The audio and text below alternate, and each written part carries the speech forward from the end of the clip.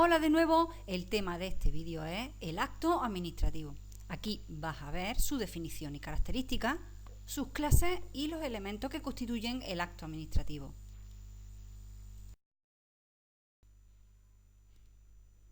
Bien, pues la administración, para poder llevar a cabo todas sus funciones, utiliza diferentes medios o mecanismos, como los reglamentos, los contratos o a través de su actuación material, que son las operaciones técnicas que realiza, como pueden ser la recogida de escombros de una demolición. Y además también utiliza los actos administrativos. Los actos administrativos son aquellos que la administración realiza al cumplir con sus funciones porque se le ha otorgado una potestad administrativa, es decir, sujeta al derecho administrativo.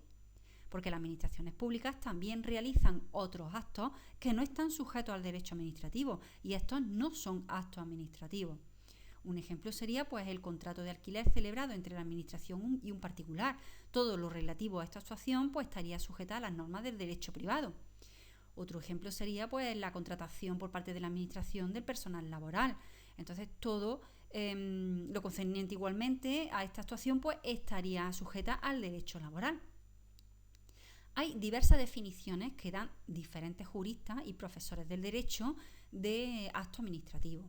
Y he escogido la definición dada por el profesor García de Enterría y nos dice que acto administrativo es la declaración de voluntad, de juicio, de deseo o de conocimiento realizada por la administración en ejercicio de una potestad administrativa distinta de la potestad reglamentaria. Bien, pues para que puedas entender mejor esta definición, vas a ver las características, clases y elementos del acto administrativo. Y comenzamos con sus características. Y vemos que los actos administrativos son actos jurídicos, es decir, los actos administrativos son decisiones de la administración que tienen efectos jurídicos, porque crean, modifican, extinguen derechos y obligaciones. Por ejemplo, la resolución que te concede una beca. Tienen naturaleza intelectual. Un acto administrativo expresa la voluntad de la administración en base a unos hechos y de acuerdo al ordenamiento jurídico. Como te he comentado antes, todo lo que realiza la administración no son actos administrativos. Los actos materiales de la administración no son actos administrativos, son actuaciones de la administración que no tienen efectos jurídicos sobre las personas. Por ejemplo, los trabajos que se realizan con el arreglo de carretera. Tienen carácter unilateral, porque es la voluntad de una sola parte, la administración. Y para que lo veas, por ejemplo, cuando se trata de un contrato, la administración necesita a otra parte, sería un acto bilateral. En cambio, un acto administrativo es unilateral porque la administración no necesita a nadie más para acordar y resolver. El acto administrativo procede siempre de una administración pública. Las actuaciones que realicemos los particulares no es un acto administrativo. Y además la actuación de la administración debe de estar sometida al derecho administrativo. Porque como has visto antes, la administración pública también realiza actuaciones que, como por ejemplo, pueden estar sujetas al derecho privado. El acto administrativo es una aplicación del ordenamiento jurídico. La administración pública dicta actos administrativos aplicando el ordenamiento jurídico, es decir, aplicando las normas. Por lo tanto, un acto administrativo no es una norma. Un acto administrativo se puede confundir con un reglamento. Un reglamento sí es una norma. Un reglamento es una norma, una disposición general que realiza el Poder Ejecutivo, es decir, el Gobierno o por órganos administrativos que tienen esa potestad y que tiene carácter inferior a la ley. Bueno, hay muchas formas de clasificar los actos administrativos. Aquí te voy a mostrar una de las clasificaciones más comunes y que pueden ayudarte a entender el concepto de acto administrativo y también la ley 39/15. La clasificación se hace atendiendo a unos criterios. Bueno, atendiendo a su significación en el procedimiento administrativo tenemos actos de trámite. Se producen a lo largo de todo el procedimiento y sirven para preparar y hacer posible la decisión final. No son actos que deciden sobre la cuestión de fondo del procedimiento. Bueno, algunos ejemplos de actos administrativos de trámite serían el acto administrativo que inicia un procedimiento, el que acuerda la realización de alguna prueba, el acto administrativo que acuerda el trámite de audiencia o el que acuerda la petición de algún informe. Normalmente no se puede interponer recurso contra los actos de trámite, pero el artículo 112.1 nos dice que sí se puede interponer recurso contra los actos de trámite cuando deciden directa o indirectamente el fondo del asunto, determinan la imposibilidad de continuar el procedimiento, producen indefensión o perjuicio irreparable a derechos e intereses legítimos. También nos dice este artículo que la oposición a los restantes actos de trámite podrá alegarse por los interesados para su consideración en la resolución que ponga fin al procedimiento. Y los actos definitivos son aquellos actos administrativos que ponen fin al procedimiento. Son los actos que deciden sobre la cuestión de fondo de un procedimiento y suelen llamarse resoluciones. Un ejemplo serían aquellos actos que resuelven la imposición de una sanción en un procedimiento administrativo sancionador. Atendiendo a su régimen de impugnación, tendríamos actos firmes o no firmes.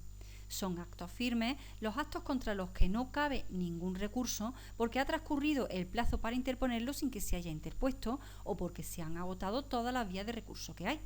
Un ejemplo sería un acto definitivo contra el que cabe recurso de alzada, pero se deja pasar el plazo sin que se interponga dicho recurso. Entonces estaríamos ante un acto administrativo firme. Y un acto administrativo pues no firme sería aquel acto administrativo contra el que se puede interponer un recurso. También tendríamos actos administrativos que ponen fin a la vía administrativa o que no ponen fin a la vía administrativa. Y esto pues va dependiendo de que contra el acto administrativo quepa o no recurso en vía administrativa. Esto de vía administrativa pues quiere decir cuándo podemos impugnar un acto administrativo sin recurrir a la vía judicial. Y entonces los actos contra los que no cabe recurso en vía administrativa son aquellos que ponen fin a la vía administrativa. Y esto, pues, el artículo 114 de la Ley 39/15 nos dice qué actos son los que ponen fin a la vía administrativa. Y si cabe recurso en vía administrativa, entonces estaríamos ante actos que no ponen fin a la vía administrativa. Por ejemplo, sería una resolución, es decir, un acto administrativo definitivo contra el que cabe el recurso de alzada. Entonces tendríamos un acto administrativo que no pone fin a la vía administrativa.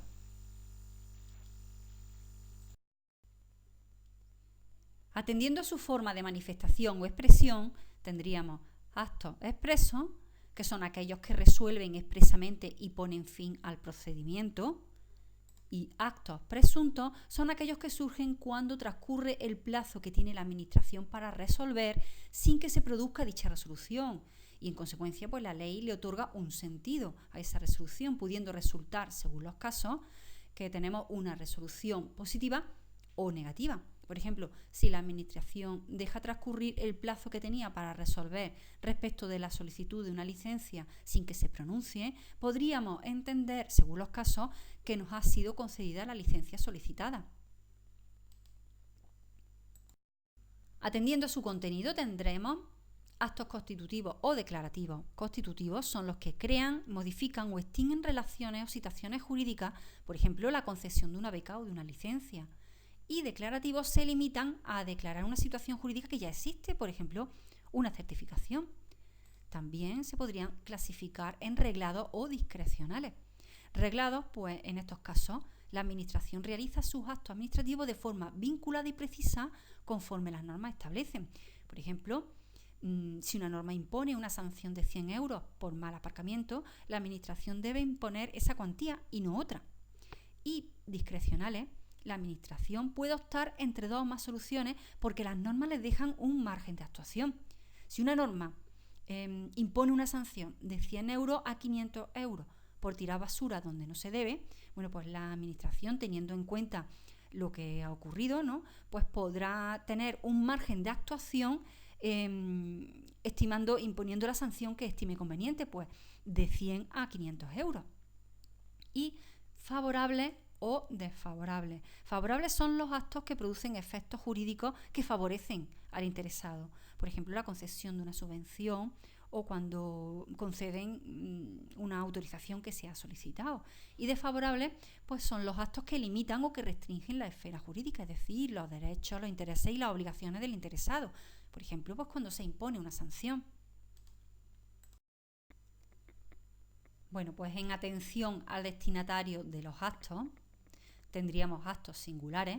Esos son aquellos actos que se dirigen a una persona o a varias, pero todas están bien definidas o identificadas. Por ejemplo, el nombramiento pues, de 10, de 20, bueno, de X funcionarios. Y también tendríamos actos generales, y es que pues, un acto administrativo puede dirigirse a una pluralidad de destinatarios. Se le llaman actos administrativos plúrimos y van dirigidos a una pluralidad de sujetos de manera general o de manera abstracta, sin identificar.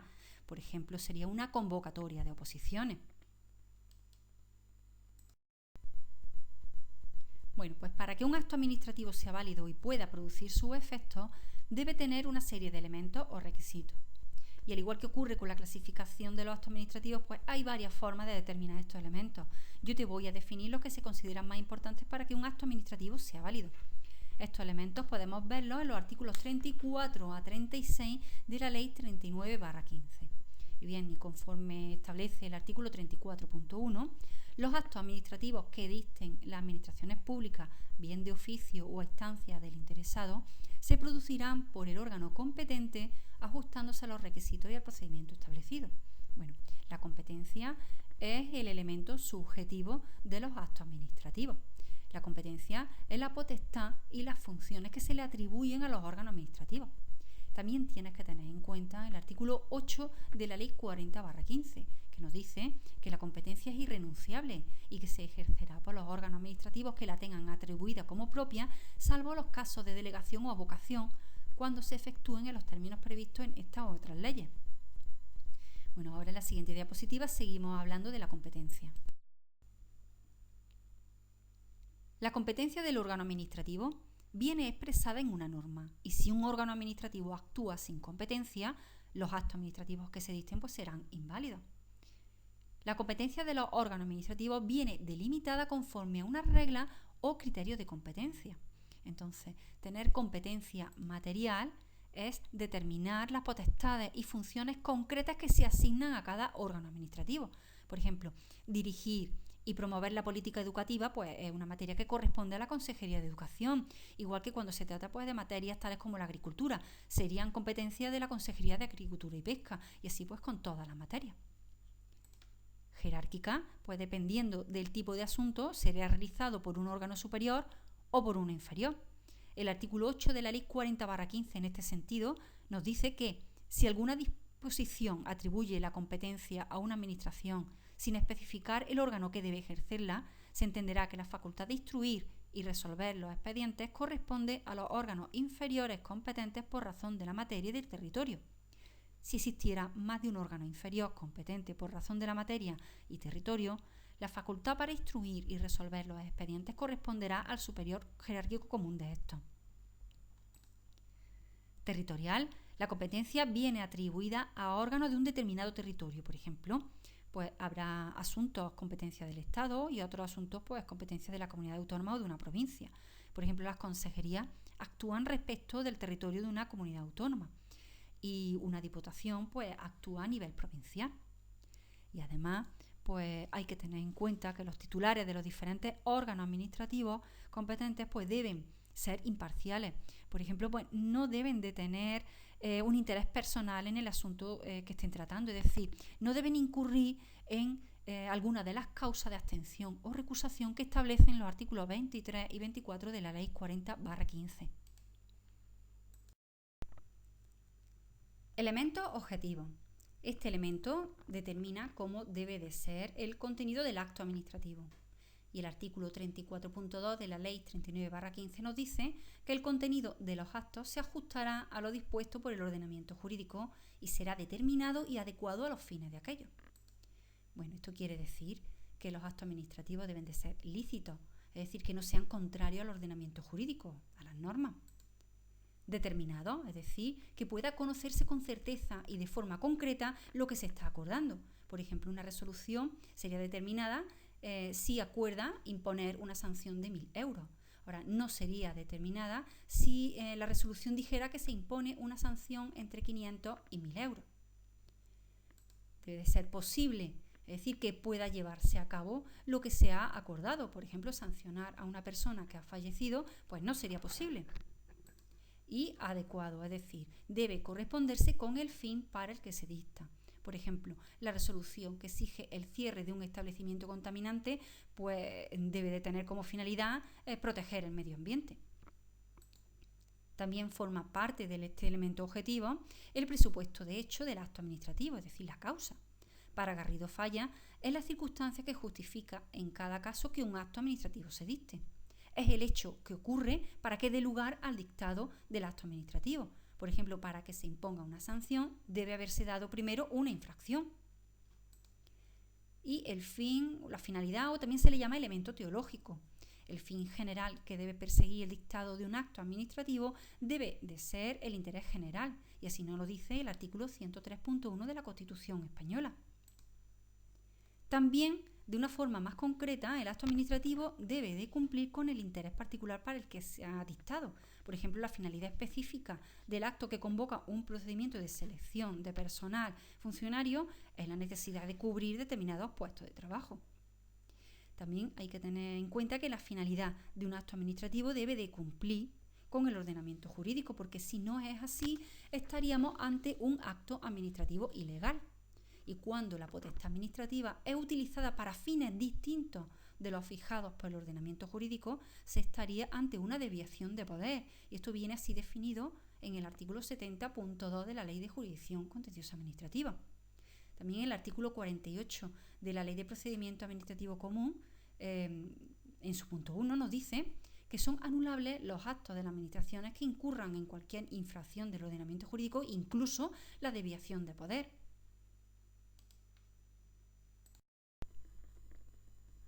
Bueno, pues por último nos quedan los elementos formales del acto administrativo. Y conforme has visto ya en el artículo 34.1 de la Ley 39/15, el acto administrativo debe de elaborarse ajustándose a los requisitos y al procedimiento establecido. Y es que cuando la Administración manifiesta su voluntad, cuando incide en nuestra esfera jurídica, debe de realizarse de conformidad con el procedimiento que establece la ley. Bien, el artículo 36 en su punto 1 nos dice que los actos administrativos se producirán por escrito a través de medios electrónicos, a menos que su naturaleza exija otra forma más adecuada de expresión y constancia. Bien, pues la forma de expresión y constancia más adecuada es la escrita y por medios electrónicos, y solo cuando resulte necesario, si su naturaleza así lo exige, se realizará de otra forma como la verbal. Y un ejemplo pues podría ser las órdenes internas. Bien, pues cuando en los casos en que los órganos administrativos ejerzan su competencia de forma verbal, nos sigue diciendo este artículo 36, la constancia escrita del acto, cuando sea necesaria, se efectuará y firmará por el titular del órgano inferior o funcionario que la reciba oralmente, expresando en la comunicación del mismo la autoridad de la que procede. Si se tratara de resoluciones, el titular de la competencia deberá autorizar una relación de las que haya dictado de forma verbal con expresión de su contenido. El punto 3 de este artículo 36 nos sigue diciendo que cuando deba dictarse una serie de actos administrativos de la misma naturaleza, tales como nombramientos, concesiones o licencias, podrán refundirse en un único acto acordado por el órgano competente que especificará las personas u otras circunstancias que individualicen los efectos del acto para cada interesado. Bueno, y por último, el último requisito es la motivación. Motivar es cuando la Administración debe expresar las razones por las que toma una decisión. El artículo 35 de esta Ley 39/15 solo exige a la Administración que motive con sucinta referencia de hechos y fundamentos de derecho determinados actos administrativos. Es decir, la Administración debe explicar de manera precisa y concisa los hechos y los fundamentos en los que se basa su petición. En el resto de supuestos, motivar no es preceptivo. La Administración puede, si lo desea, exponer las razones de hecho y de derecho que dan lugar a un acto administrativo. Bueno, pues muchas gracias y hasta el próximo tutorial.